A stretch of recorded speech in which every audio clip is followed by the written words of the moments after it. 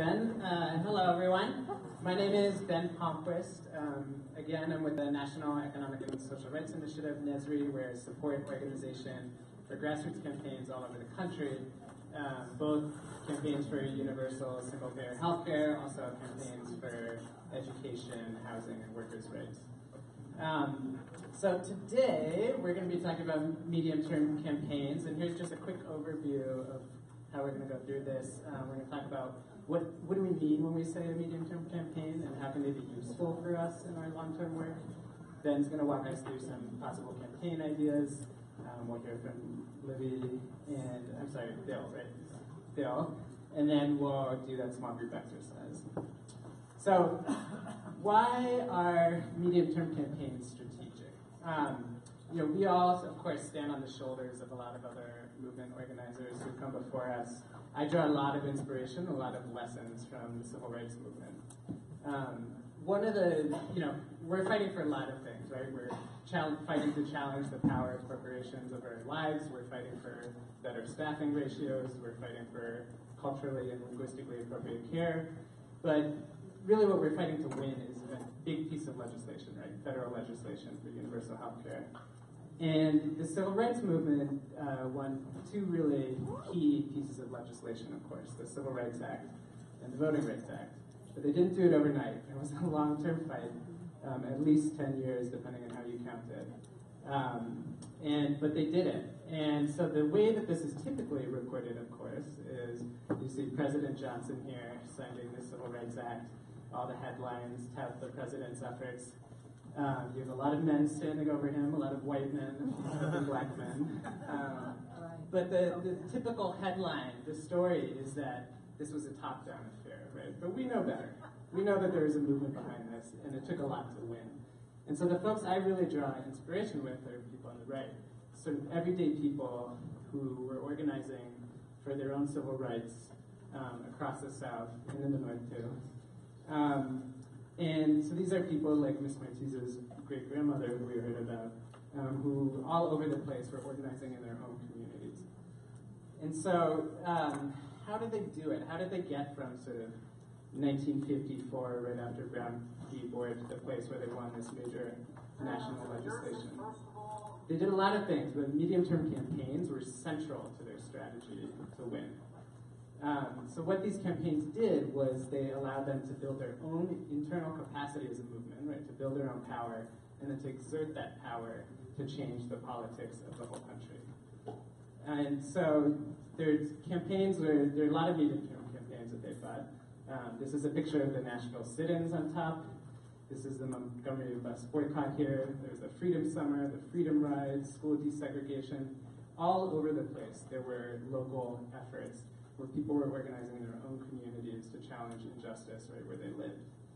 And so what did this do, right? So medium-term campaigns were a tool for folks in order to build the power of their movement and to exert that power in order to change what was politically possible. So internally, these medium-term campaigns allow people to recruit other folks in their communities, their neighbors, their family members, fellow students, right? To turn out and join them in concrete activities that were tangible for folks, that had a real impact in their lives. They allowed the movement to do leadership development, right? So they were training themselves and training others in how to organize events, how to stand toe-to-toe with power holders, how to talk to the press. They allowed the movement to deepen their partnerships and alliances, so to build more relationships between faith organizations, community organizations, labor organizations. And so all of these things built their power as a movement. And then they used that power to start leveraging it to change politics in the country. So locally, they targeted policies, right? So they targeted segregation at the city level, at the county level, at the state level. They exerted economic pressure to do that. So by doing a sit-in, you're preventing other customers from bringing money into a business. By boycotting the public transit system, you're taking money away from the city. And they put pressure on local leaders, right, to start holding local power holders accountable. At the same time, what's really interesting is by organizing locally, they were starting to change national politics too, right? So they established a moral authority by calling attention to these injustices. and starting to change public opinion and get white liberals who have been saying, oh, isn't that a shame, but what are we going to do about it, to raise this into a level of urgency that this became a national priority. The press started reporting differently, and of course this put President Johnson, Congress, and other public leaders in a position where they had to act. They were left with no choice. So again, medium campaigns were a tool that the civil rights movement used to build their own power and then to change what was politically possible in the country. And that's what we're trying to do. So, when we talk about a medium-term campaign, what are we talking about? We're generally saying something that's achievable within 1 to 2 years with existing resources. So if you get much beyond 2 years, then the starting to get in the long term is just hard to maintain your energy around it. So it's something that's fairly short. And we say existing resources because, we're fighting for a big win in the long term, but we need to work with what we have and sort of build up our power step by step.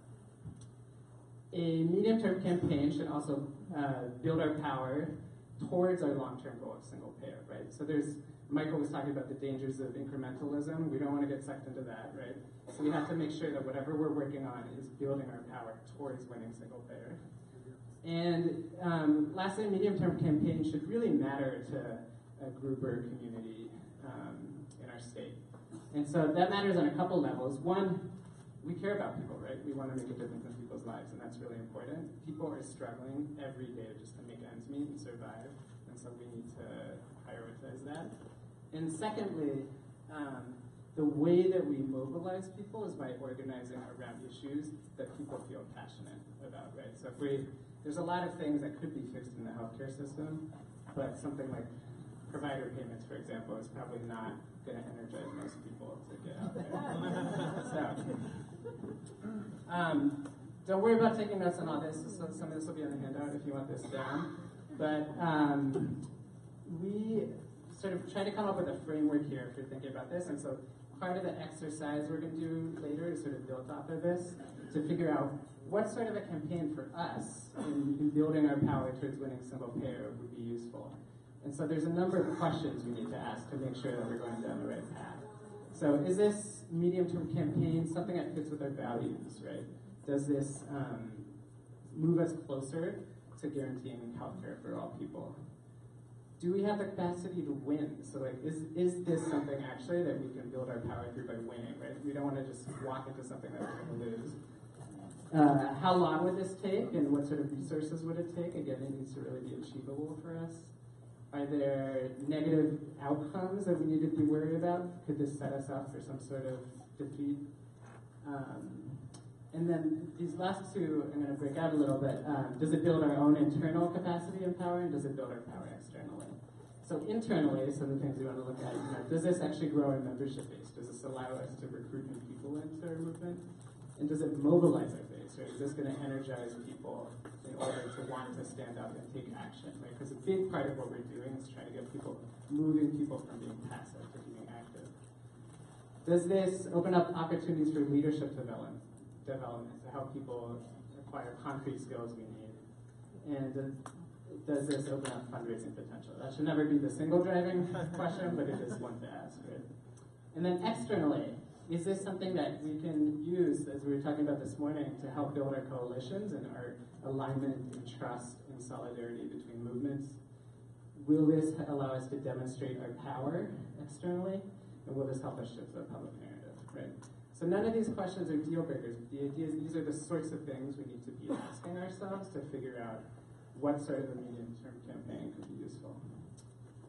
So, I'm going to hand things here over to Ben, who's going to talk us through some different ideas for what I might look at.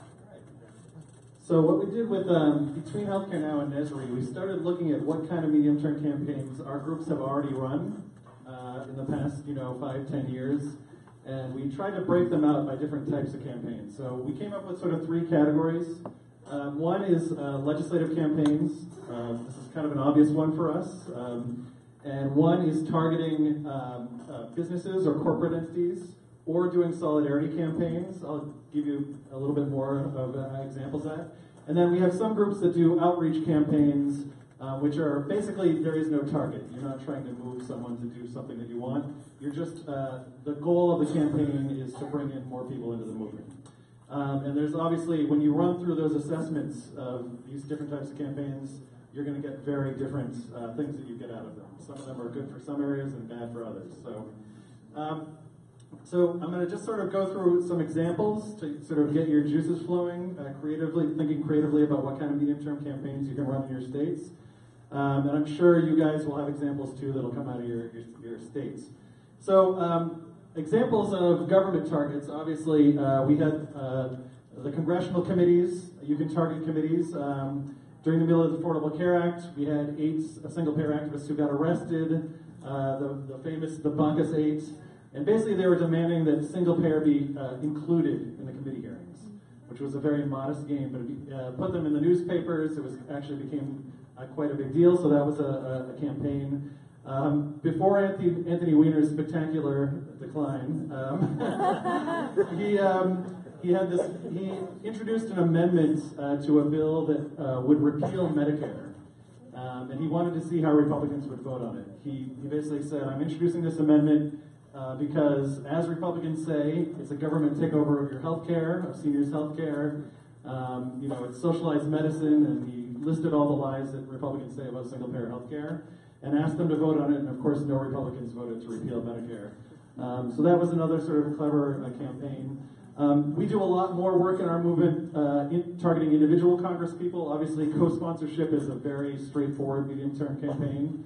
But also you can take it a step further and ask your congressperson to take on leadership roles beyond co-sponsorship, having them speak publicly on single-payer, write a letter to the editor, an op-ed, have them write something on why do they believe in Medicare for All on their website. These are all things that you can run a campaign for to push them on. Looking below Congress, if we're looking at state legislatures, and again, this is going to be different. Some of you all in the room have states where your state legislature is worse than Congress. You may not have an active state single-payer bill. And for you guys, you can sort of wipe these off the slate as possibilities. But for those of you who do live in states where there's active state single-payer legislation, a lot of states have run campaigns to get a single-payer study funded by the legislature. Some states have done non-binding single-payer resolutions at the state level. Some states are using the Medicaid expansion fights to advocate for single-payer health care.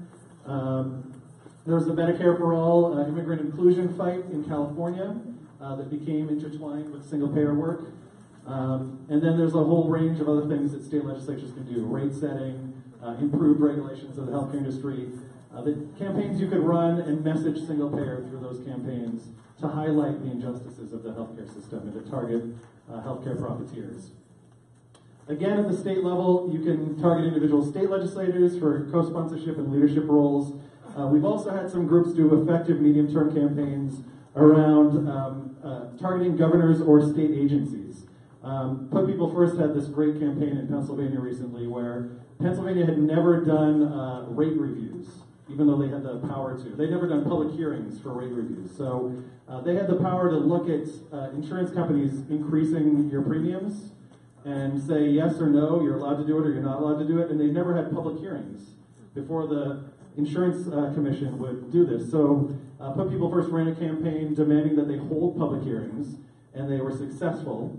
They got the state for the first time ever to do public hearings on insurance rate increases, and then they flooded the rate hearings with folks giving testimony about how destructive rising healthcare premiums are in their lives. You can also make single-payer an election issue. You can bird dog gubernatorial candidates. You can fight to appoint a public advocate. And other government targets, we have a lot of, in Massachusetts, I worked on a lot of non-binding ballot initiatives. I know in Florida there's a history of that as well. And there's also a history of municipal actions, getting cities and towns to pass resolutions for single-payer. That was called the Win-Win campaign. And there are a few examples of sort of city and town universal healthcare programs. Now, switching from targeting government targets to corporate targets, we have a nice history of medium-term campaigns targeting health insurance companies. They're a really obvious one. During the Affordable Care Act, Healthcare Now led civil disobediences across the country at insurance companies. I know I was arrested in Boston at a Cigna office. And I think there's almost 300 people across the country who were arrested in insurance companies, and they were demanding that they sign a Bill of Rights to do the right thing, which we knew they weren't going to do. All of these corporate mergers, these attempts by insurance companies to merge together can be a good way to challenge them and to highlight the injustices of the healthcare system. We've had some cases where we do, this is going to sort of merge with solidarity campaigns, but we've done campaigns for patients who are being denied care. We've done campaigns with targeting employers who are trying to shift healthcare costs onto their workers as a way of highlighting the injustice of the healthcare system and supporting those workers. And I know our folks in Louisiana have done campaigns around preventing hospital closures, which is happening in states all over the country. Again, you can integrate these with single-payer organizing. And when I was first hired at Healthcare Now, there was also a campaign to try and get folks to divest from for-profit insurance companies. So you could target mutual funds as well with a medium-term campaign. The last category is sort of targetless medium-term campaigns. Well, not targeting, an insurance industry or a bad guy, but you can target intermediate organizations who you want to bring into the movement. So that could be, labor councils or union endorsements. That was kind of a first important wave of our movement, I think, was just getting the labor movement to kind of sign on paper. The next wave was getting the labor movement to invest in the single-payer movement, which NNU has sort of led the way on. We have some states where trying to get medical societies to endorse single-payer has been a long-term campaign. I think Hawaii is the only state that succeeded. In Massachusetts, we had a bunch of doctors who spent decades, and they finally got the Massachusetts Medical Society to agree that single-payer was like a possible good way to do things, among other ways. But the effect of that was that the Mass Medical Society could no longer lobby against the single-payer bill. So it was actually a very powerful organizing medium-term campaign because it neutralized the medical society. We have some states now who are starting to create business networks. I know Oregon has been working on that. Bringing businesses on board, and again, we have municipal resolutions, which I mentioned earlier as well. Here we go. And lastly, we have outreach campaigns that are just trying to reach out to individuals and bring them into the movement. The Southern Maine Workers Center, which is a NESRI group, did a story collecting campaign where they collected over 1,000 patient stories. And that's a great way of listening to folks who you're trying to bring into the movement, not just like preaching at them. Learning from them, and you also gain all these powerful stories to use as testimony to try and run your other campaigns. Our group in New York a number of years back did what they called the 100 by 100 campaign, where they tried to get 100 activists to collect 100 petition signatures, and they handed in 10,000 signatures in favor of single payer to their legislators. And that means you're bringing in 10,000 new potential activists into your movement.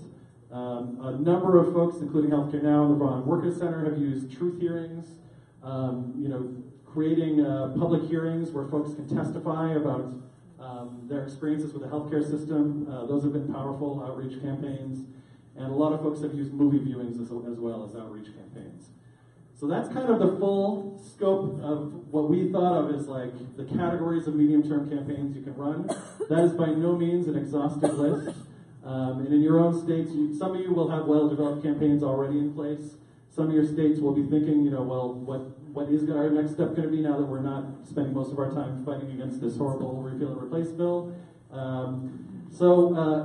Think that through, and I think Pat's going to have some closing comments about the small group exercise we're going to do. But again, for each of these, what you want to do is try and sort of go through the campaign assessment process. And you're going to find really quickly that, some of these campaigns have a lot of potential to, grow your organization or your movement internally, but maybe you have very little likelihood to win it. So maybe there's some risks if you don't win. So you have to be careful about those sorts of things. So we're trying to provide sort of a set of tools for assessing campaigns that are effective and that are going to help move us forward. Because, when I looked at this sort of the election of Trump and the GOP, and it's like, well, what are we going to try and get out of this moment for our movement? I think we have to come out of this election cycle with our movement stronger. We have to have a lot more people. We have to develop a lot more leaders. We have to grow out our coalitions.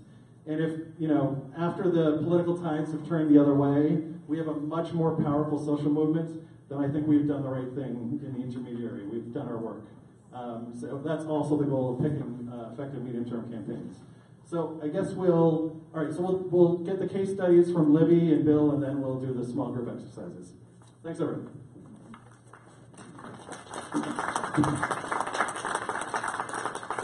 Good afternoon. Is everybody still awake? This is, I think, a really important topic that Ben and Ben have been raising with us.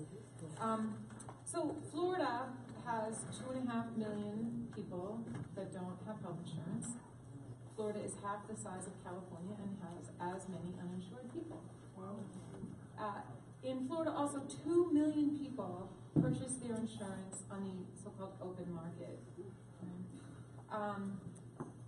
The reason this number is so high is because we, as a state, failed to expand Medicaid. And so 800,000 people who would have otherwise qualified for Medicaid did not, because we did not do the expansion. So those 800,000 are either part of the 2 million who are purchasing, those lovely bronze plans that Dr. Song talked about, or they're just simply uninsured. So there's a lot of people who go to work every day and have no health care. 39% of the people in our state get their insurance from their employer. This is a small number. I know it sounds like a lot, but the national average is 49% get their insurance from their employer. It's only 39% in Florida. This is just a real problem, right? We do not have adequate health coverage, even under the ACA, this touted thing that supposedly is going to save everybody. A huge chunk of the people that are not covered under the ACA are in Florida. And I will do a shout out to Texas. You guys have even more uninsured. You have 4 million uninsured. So of the 29 million uninsured, 6.5 million are in 2 states, Florida and Texas. So over the summer, with Ben's help and Stephanie's help, we created a single payer network in Florida. We thought we should look at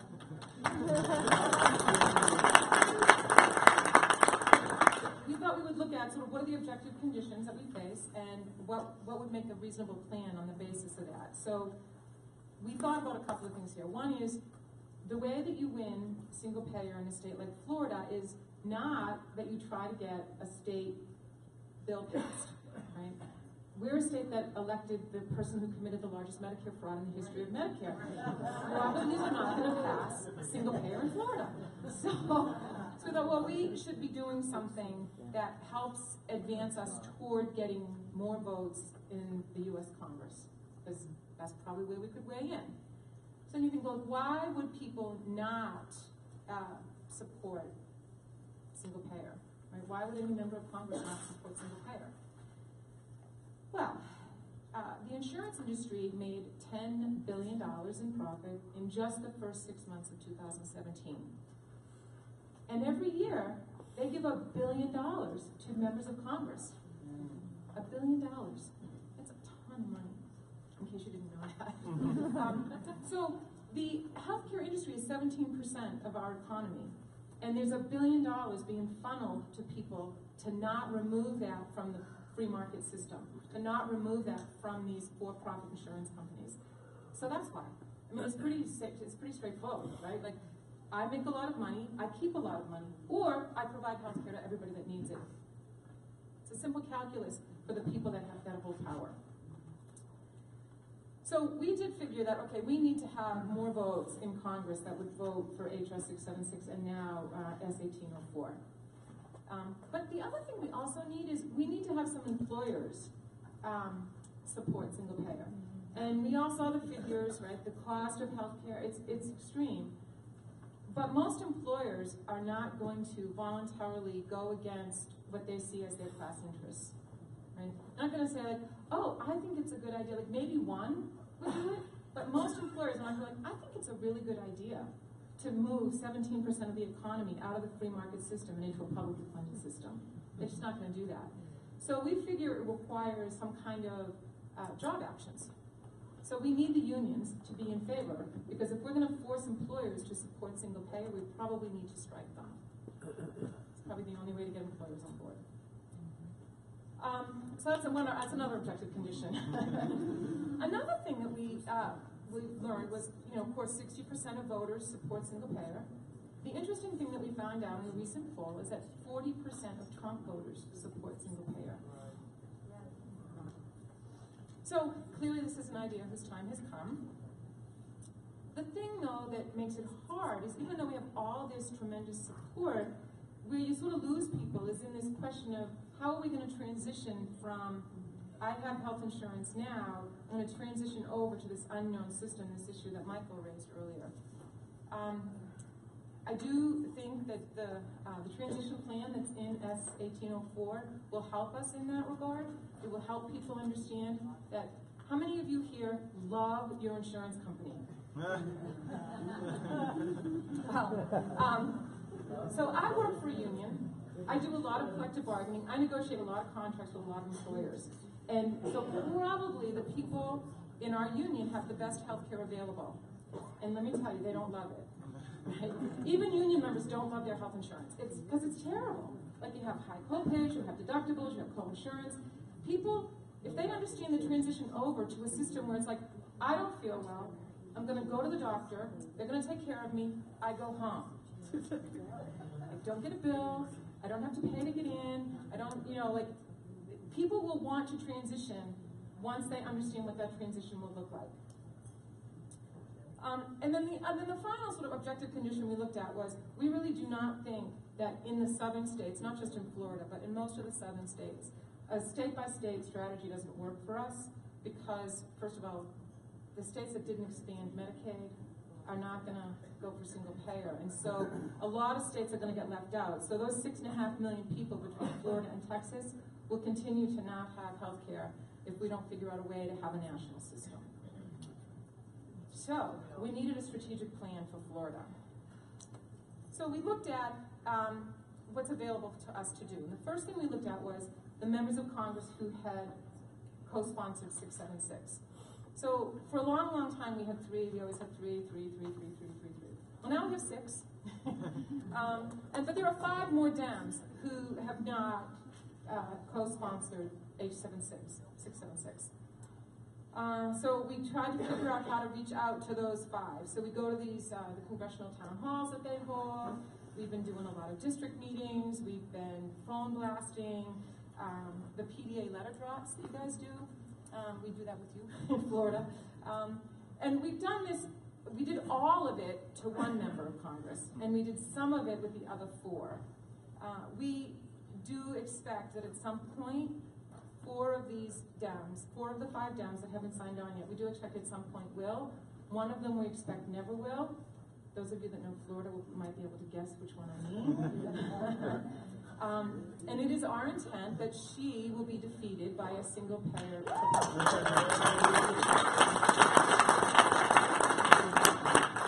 other thing that we decided to do, and Florida has this funny tradition where the legislature only meets 3 months out of the year.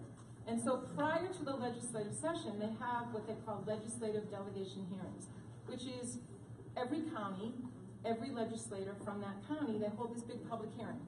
And any person can go talk about any issue they want for 3 minutes. So we want to talk about single payer. So we do. So we've been going to these legislative delegation hearings. We ask these state level elected officials to call on their member of Congress to support single payer, to support 676. And now we ask them to support 1804, because when we started this over the summer, just in that short time, we've already got a whole new thing to do. So what we learned was that combined, Medicare, Medicaid, and the VA, all public employer spending on public health, employee health coverage, 44% of all healthcare spending in Florida is already public money. So, and then you have all these other people, 20% of the folks are uninsured. So it's really only, 40% total, really, that is private, employer money. So one of the things that we decided to do was we decided to look at how much are public employers actually spending on health insurance for the public employees. And we went to, we made these information requests to like county districts, county employers, cities, school districts. And we found out that one school district, if you calculate how much they spend on healthcare versus what they would pay, let's say a 6% payroll tax, which is what they would have to pay, right? One school district alone would save $28 million a year. $28 million a year. That's just a mid-sized one. That's not even like Miami-Dade or Hillsborough or something. This is a small Sarasota. It's like a middle-sized county. $28 million. I'm like, well, there's 67 counties in Florida. That would be like $1.5 billion a year that you could plow back into public education. So we're like, well, this is pretty compelling. so we thought, well, we'll go talk to folks about this money that they can save, and say that they should really call on the federal government to institute single payer so that they could save all this money and they wouldn't have to be fussing about, taking money out of public education or whatever other public service people wanted. So this has been great. We've done this in, 4 or 5 counties so far, and we're really hoping to expand that. And the other thing that it does is when you go to these public hearings with that kind of a message, people kind of gasp, like you guys just did, right? And so then people start to think like, oh, I'm here because I want to lobby about, stop signs, whatever. People go and they talk about everything at these public hearings. And all of a sudden they're like, we should be for single payer. And so we get to really move our agenda and recruit new folks, and we're actually showing something that makes sense to people. So then the last thing we thought we would do is go to these municipalities, this win-win campaign that Ben was just talking about. Go to municipalities and ask them to pass a resolution calling on members of Congress to support 676 and 1804. But we've only been at this since July, so we haven't done that yet. But we will. And then we had a few other things that we thought would be important to do. One is we wanted to participate in Summer of Progress, which we did. We wanted to schedule a single payer training for single payer organizers, which we will probably do sometime over the winter. Then people will want to come to Florida. We wanted to recruit more organizations into our network. So when we first met in July, we had 11 organizations. Everybody took, commitments on like, oh, I'll ask these people, I'll ask those people. We're up to 16 organizations now as part of our coalition. And then we scheduled a monthly call. So we have a monthly conference call, and we have a listserv, actually, thank you, Ben. We have a listserv that people can post information on, and we do these calls every month, and people just check in on what they've been doing and what progress we've made. And so we're definitely working on this campaign. We think that we have every possibility of getting 4 more sponsors of 676. I don't have tremendous hope that we'll ever get Bill Nelson to sign on to 1804, but we're not going to stop trying. And I just want to sort of paraphrase like my favorite quote, which is that, I'm going to say it the opposite way. The moral arc of the universe does bend toward justice, but sometimes the arc is very, very long.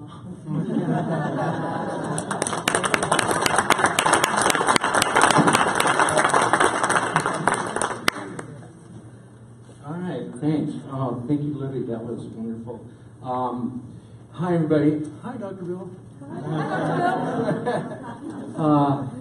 I'm honored to sit in for Donna Smith, and which is not an easy task. Most of us here know Donna well enough that somebody so special in our hearts, not being here is it's painful enough. And I would say, she's fearless, ruthless, and relentless, and still she persists. So she'll do that. But she did want to cover a couple of things as regards this topic. So let me just kind of read that to you so I don't leave anything out. She says, "Greetings, everyone." She didn't say that, I added that. She said, "My thoughts were that that at PDA we have a real advantage in that our plates are always full of movement building, organizing campaigns, the resistance and the insistence. And somebody just popped up a message in the middle. Number one, we stand in solidarity with those being threatened with the loss of coverage by these nearly constant repeal and replace campaigns in Congress. Number two, we turn out with our communities for other issues, events, actions on behalf of racial, social, and economic justice. Number three, we are working with coalitions of progressive organizations to resist the anti-immigrant, anti-working class, anti-anything but rich white men agenda that seems to have invaded the White House. Number four, we are working with Our Revolution and other organizations interested in pushing the Democrats to support the People's Platform. Number five, and we prep for and help identify great candidates coming up in the 2018 election. Those are our midterm goals. Per Donna Smith, she says, all building capacity for single payer. Hope this helps. That's she wrote. And I would just add, because that was a terrific, and I would say exhaustive, maybe because I'm tired, presentation. Or anyone who drove here, like from LA this morning, like a few of you did, you know, might be as well. But just to add really to what Libby had to say, that from my personal experience now working the movement in California, and thanks, you know, especially to Helping California campaign and the nurses, I see Pilar here and Marty and, you know, terrific organizers training people all the time and that kind of thing. Some of you might know I was the elected co-chair of the Bernie Sanders California delegation in Philadelphia last year. And we kind of made a scene, you know, some people would say, you know, kind of like, what the hell are you doing? You know, can you imagine what you look like on TV? With our no TPP signs, right? We killed the TPP. That's a good thing, right? And we stood up when Leon Panetta got up there and, you know, with our no more war signs. That was a good thing, too. So anyhow, there was a very kind of modest behind-the-scenes player there at the convention last year, a guy some of you may know from my neck of the woods, which is Orange County, California, a fellow very kind of esteemed community organizer and academic named Dr. Jose F. Moreno. Anyone know Dr. Moreno? So he's an incredible guy. He teaches Latino studies at Cal State Long Beach. And he was an appointed member to the Rules Committee at the convention, appointed by the Bernie Sanders campaign. And that's all the work that we did, you know, to move Bernie's candidacy forward. And so we got phenomenal people, and I know several of you here were also members of the Platform Committee, as well as delegates, you know, themselves. Dr. Moreno lives in a very Latino area of the city of Anaheim. Now, Anaheim is almost as big as the entire state of Vermont. They have about 350,000 people with an annual budget of about $1.7 billion. Okay? And as we know in the movement, you know, for every million people in the population, you're likely to save about $1 billion annually in your budget. So Dr. Moreno worked hard, along with others of us, our local PDA chapter as well, to get elected to their city council in the city of Anaheim. Dr. Moreno is now on the city council. They've never had a Latino. They have very heavily Latino districts in the city of Anaheim, and he's now elected on their city council. Good thing, right? Not only that, the reason they never had a Latino before was because they had at-large voting. And we had to push at the community level to get district voting in the city of Anaheim. And that's what got Dr. Moreno elected, an academic whose specialty is Latino studies, to represent his very Latino district in Anaheim. That's a good thing, too. So, what does that have to do with single payer? Of course, the $1 billion savings per 1 million population. 350,000 people mean they could save $350 million in their city budget, potentially. And he asked me, would you come and give that case to our city manager if I arrange an appointment? I said, sure, let me get well out of my comfort zone and go do that. So that's the kind of thing I think is very medium range, and a lot of us are working on those same things. I know a city councilman in the city of Santa Monica named Kevin McEwen. Anyone know Kevin? Because they did a financial, feasibility study back when Sheila Kuehl proposed the bill in California a long time ago, and he found some incredible savings too. But you don't have to be, say, from the United States of Santa Monica or the United States of Berkeley, like Michael was talking about Barbara Lee, she has to raise money too for these guys. It's crazy. You can be from the city of Anaheim and represent a very Latino district, and then help us move forward in the movement. And that's the kind of, I think, medium range kind of strategic efforts that are made with groups like PA and others. Thank you.